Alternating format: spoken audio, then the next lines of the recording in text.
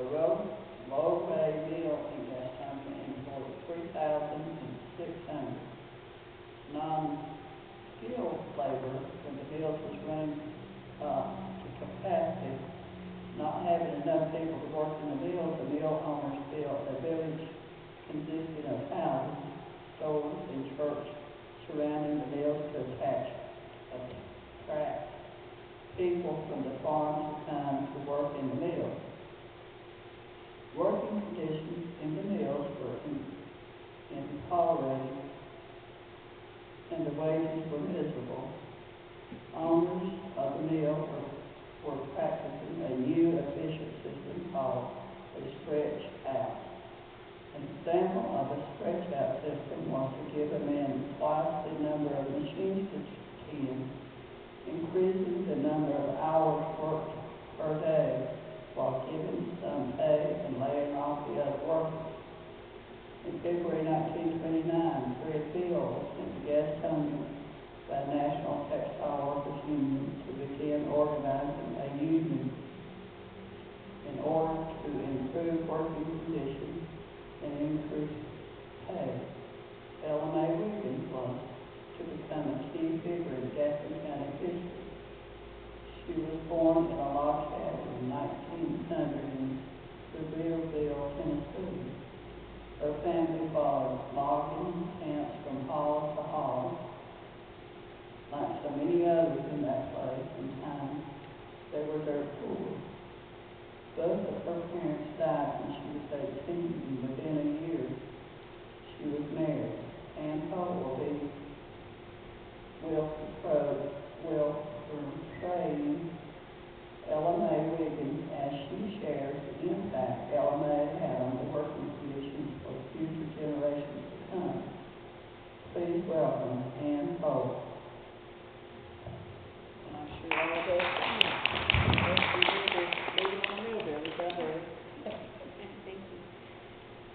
My name is Ella May Wiggin, and when I was 18 years old, I married the man of my dreams, John Wiggin.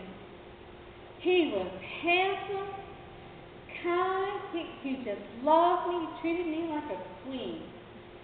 Well, soon after we were married, I was with child, and by 1926, we had 9 children. Well, we were renting a farm over there in Sevierville, Tennessee, raising cotton. We had to borrow the money to plant the cotton, and that year the boll weevil destroyed our cotton. We didn't know what to do. We didn't know how we were going to pay our bills. John was mighty discouraged, but he heard about the mill in Gaston County, North Carolina. He figured it would give us steady income, and we'd be able to pay our bills, feed our children. So we packed up and moved to Gaston County, North Carolina. We got a job in the mill. I was drawing $9 a week. John was drawing $12. Didn't go very far because we had 9 youngins to feed. Working conditions were awfully long. The big bosses were practicing a thing called the stretch out. They'd lay off friends of ours, neighbors, give us more work to do, less pay sometimes, and longer hours. Working conditions were intolerable. John was so discouraged because he wasn't getting anywhere. He wanted to do good by his family. Well, we lived in a mill town, little mill house, 4 rooms, 9 of us, well actually 11 of us crammed in there. One morning, John got up and said, "Ella May, I'm going to go down and get me some tobacco." So he walked out the door, and that's the last we ever saw of John. He was just too discouraged. He couldn't take it anymore. That left me with a brood of youngins, 9 youngins. We couldn't do it on just $9 a week. We moved to a little village called Stubbstown, just outside of Bessemer City. And it was an African-American neighborhood. And I'm telling you, I don't know what I would have done without my neighbors. They tended my children while I was in the mill working. We worked hard, and they were just such a blessing to me. Well, I got a job at the mill, making $9. One winter, 4 of my young'uns came down to the crew.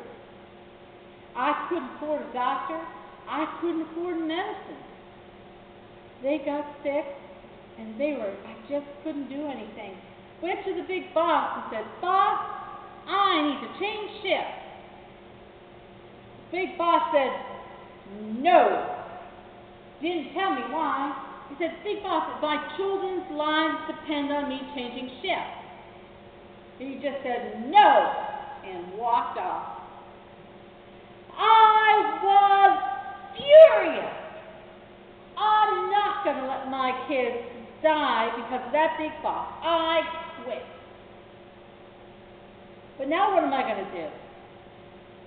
I'm going to go down and talk to Fred Beal. He's the union man. He's going to try to help us get a better working condition. I went down there and talked to Mr. Beal. He gave me a job as a union bookkeeper. I was making more money than I was making in the mill. I believed the union was going to help our families. And so I started talking to my neighbor, my friends, everybody. Come join the mill. Sign the mill card. They really saw how effective I was as a union, getting people to join the union. I even went to Congress in my Sunday morning meeting clothes, testified before the big lawmakers about conditions in the mill, told them how bad it was, and how 4 of my children died. Then I came back to Gastonia. That put a big old target on me, because the big bosses, the mill owners, have this thing called the Committee of 100. They're basically stuck. If I spoke to you, they'd come and they'd try to scare you not to join the union. They were terrible folks. Then, one day, things were kind of heating up a little bit. I would love to write poems and put them to music, and I was singing. I'd go to the union meeting, and we'd sing our songs. I'd be standing in the back of the room chewing my tobacco, writing on my little ballot, some lyrics. And all of a sudden, everybody in the room would start saying, "Ella May! Ella May! Ella May!" They wanted me to come sing my song. I couldn't disappoint them. If you know the song, sing with me. It's called my favorite song, the Mill Mother's Song.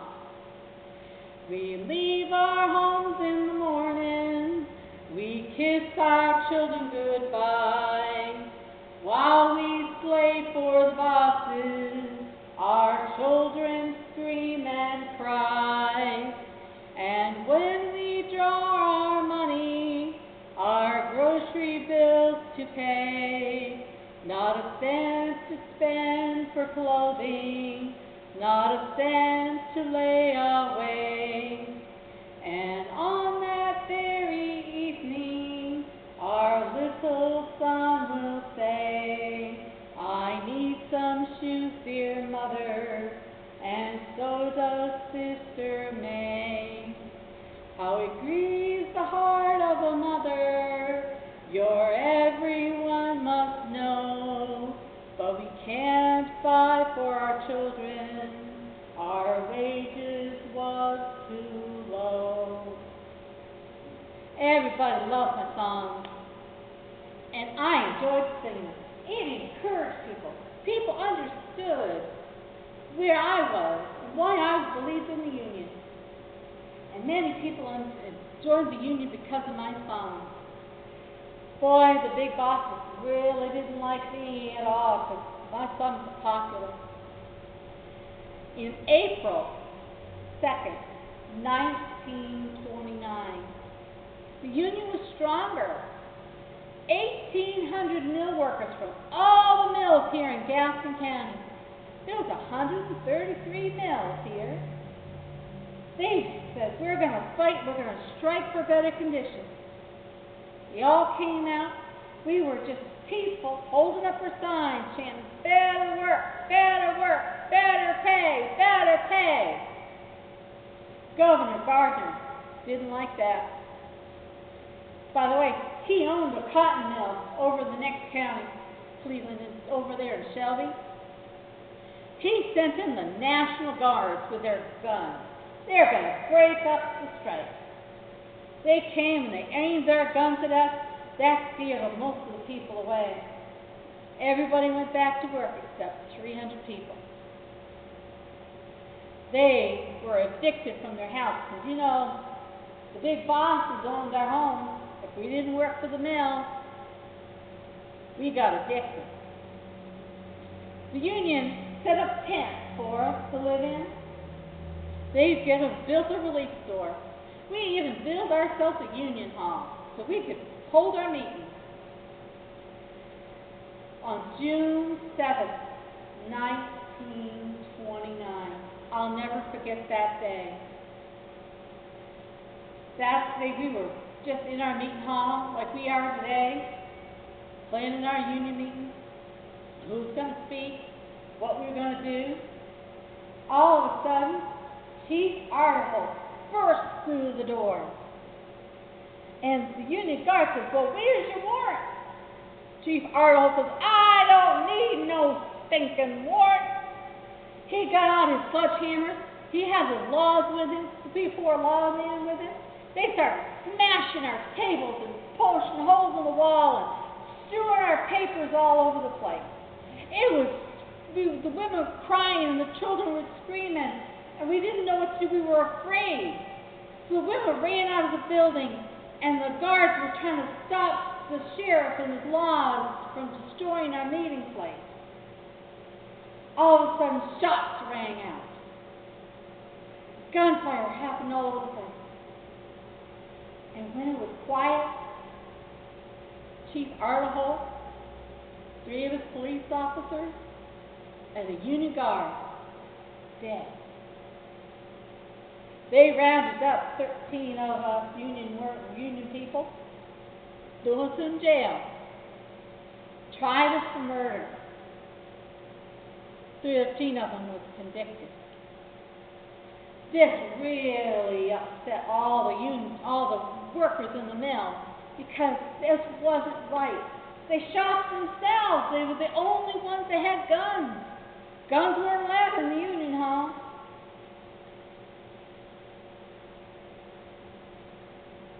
When we were, one day, beautiful September day, September 14th, I was riding the back of the pickup truck with my friends. We were singing, we were looking forward to a union meeting. We were singing my song. When we leave our homes in the morning, we kiss our children goodbye. While we slave for the bosses, our children scream and cry. All of a sudden the truck stopped. There was a mob of people, committee of 100, blocking the road. We didn't want no trouble. We backed up, we turned around, we were going to head back home. We got down about the road about 5 miles. All of a sudden, this big black car was blocking the road. We looked at each other and was wondering, what should we do? When all of a sudden, 3 thugs gets out of the car and they began shooting at us. I was hit in the chest. And as I was laying dying, I thought of my youngins. What are they going to do without a mother? Was this worth it? Now that I'm up in heaven on the other side, I look down at my youngins, Alfred, Myrtle, little May, crying at my funeral. But my best friend started singing the song. We leave our homes in the morning, We kiss our children goodbye while we slave for the bosses. Our children scream and cry. Then I thought, you know, from where I'm at now, I know unions aren't going to take hold in Gaston County or in the South. But there's people all over the country working on improving business, working conditions for our poor folks. And the big lawmakers of Washington, D.C. are listening. They hear. They're going to pass laws. They're going to have a better working conditions. My children are going to have a better life. They're going to have better working conditions. They're going to have a good life. Yeah, I sacrificed my life for my kids, but it was worth it in the end. We leave our homes in the morning. We kiss our children goodbye.